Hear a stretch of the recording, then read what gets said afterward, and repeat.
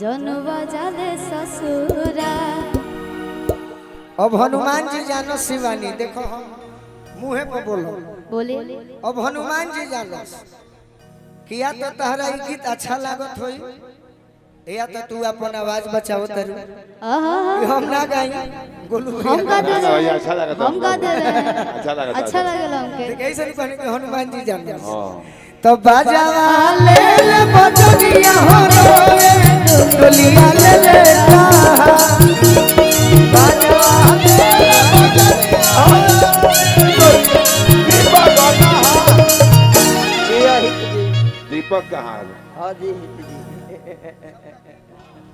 अच्छा अच्छा अच्छा खाना खा मैंने सबके इजाजत बन एक दरबार में तो इजाजत हमारे के तो कबे से लोग कहता हमारा रमेश नाथ बाबू कहने की भैया रात में रोरा कुछो ना खाए कहने की हम खाई बाकी हमारा हाँ जी पहले प्रोग्राम जरूरी बा उसके बाद भोजन अब अलाउंस भइल बा आदेश भी आई बा हाँ जी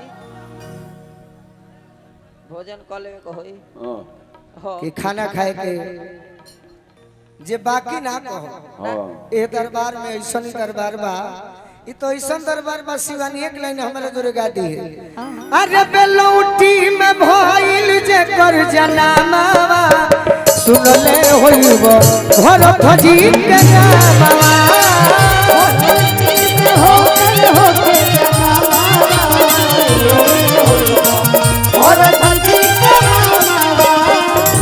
उनका के कोई संसारी भाई हो भरत तिवारी उनका तो कोई संसारी भाई हो भरत तिवारी। आज ही 17 जुलाई के दिल्ली में धरना भइल बा जंतर मंतर अब ए पर सरकारें ध्यान दे सकता सही बात जनता के बस के नहीं सही के सौदा हमने को ये बिहार हनु हाँ अब देखिए बिहार में कितना रोज हत्या हो तरी सो हाँ कहल उचित नहीं खेला यूट्यूब वाला मुंह कहले बड़े कि गोलू राजा कुछ कहो बस बस सब सरकार के देरी हो विशेष ना कह बाकी ओ भाई खातिर आदेश रहला कुछ भाई के हम जौन गाना गावनी दिल से गावेनी सब का जातिवाद बना गावनी बाकी वो भाई अच्छा काम कइले रहले एगो और भाई हमारा पटना में बंटी जादव यादव समाज के भाई हाँ जी उनको खातिर कहतनी कि उनका के कोई से बिसारी बंटी भरत भाई हमारी तो सीएम साहब दी पर ध्यानवा सुन ले होइबो भरत जी के नाम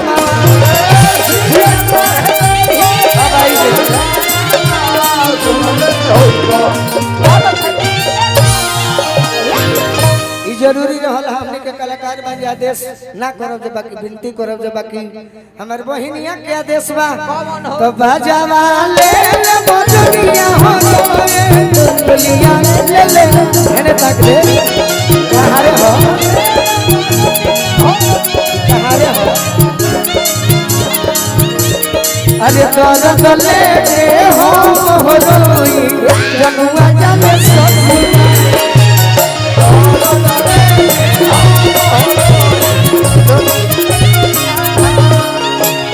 गजर परे जा फट फट जाए देख के यो सुवत गजर परे जा फट फट जाए देख के यो सुवत अरे हमारा दिल के दुलारी हो चलल हमारा के बीसा अरे हमारा दिल के दुलारी हो चलल हमारा के बीसा हमारा दिल के दुलारी हो चलल एगो कहा कॉलेजवा लगाना हम सुनले रहनी बाबा आना जाना भई बका दे के दिल दी मना करी हो पूरा कॉलेज के लइका दीवाना भाई कॉलेज के लइका दीवाना एगो हम दिल के बात बोले बोला भाई आधा बोले जीवन जीवन मन करते उन बोला नहीं नहीं हमारे इंडस्ट्री में भैया अगर लड़के मेल सिंगर जो होते हैं या फिर मेल आर्टिस्ट होते हैं अगर वो कुछ बड़ा काम करें तो बहुत चर्चा बन जाला।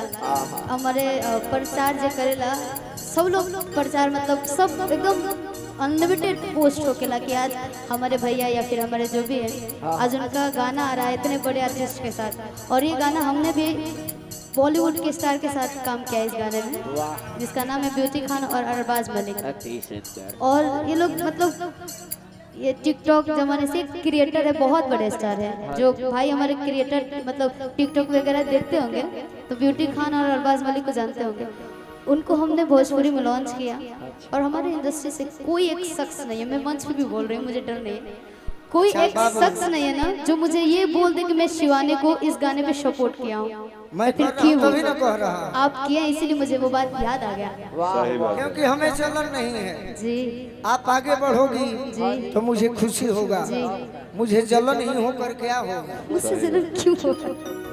मुझे जलन नहीं होकर क्या होगा, मुझे नहीं होगा। फर्क ना पड़ेगा, लेकिन भैया लोग हमारा बहुत के जे लोग जाना था जे सुना था सुनबे करी। करा। शिवानी आगे बढ़िया लड़की हो के इतना मेहनत करे तरी तो खूब निमन बा। हाँ जी ना तो जरूरत कि पढ़े हो मजाई न जाब लाइन होके मारे आजो डाटा तनी दिन औरी डटले रहनी कि तू हमारे इंस्टाग्राम पर जुड़ल नहीं खू हो खबू, लेकिन सब भाई लोग बताए हट ना भाई तू हटा ना तू का तू तो हेबे पुरानी का देखिए जगह अब ये भी चुप हो जाए, तू का चुप बकली लेके खड़ा हो चुप जाता। चुप सुन लो चुप। ई दुख बा जरूर। हम कहत नहीं कि मुंह पर जौन बोले कोई बोलो पीछे ना ना के जब बहिन कहत नहीं होने जाके गाड़ी दे ना जवन तू रील में मेहनत करेलू डांस करके। हाँ जी अब मेन भाई मैदान मिलल बे हमें डांस नहीं खूब करे उहे फील्ड उहे फील्ड तो बढ़िया से यही गीत गा के तनी डांस देख। यही लाइव है। उसमें एडिटिंग हो जाता है ना, लाइव परफॉर्म कर रहे हैं ना। यही जा सब पास हो जाए। और यार टिक चलिए आप भी आइए आइए। अरे आई आई अब हम तोरे पर लाइन मारो, लाइन थोड़ी नहीं मारने के लिए बोल रहे, डांस करिए, लाइन तो बहुत बहुत हम डांस करो पहले लोग कहता के डांस देखी शिवानी के हाथ उठाई। अरे पढ़े हो सबसे आगे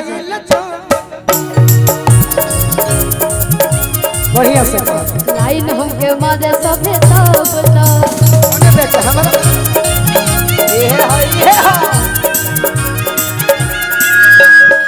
मुश्किल अब आना जाना भइल बा, मुश्किल अब आना जाना भइल बा।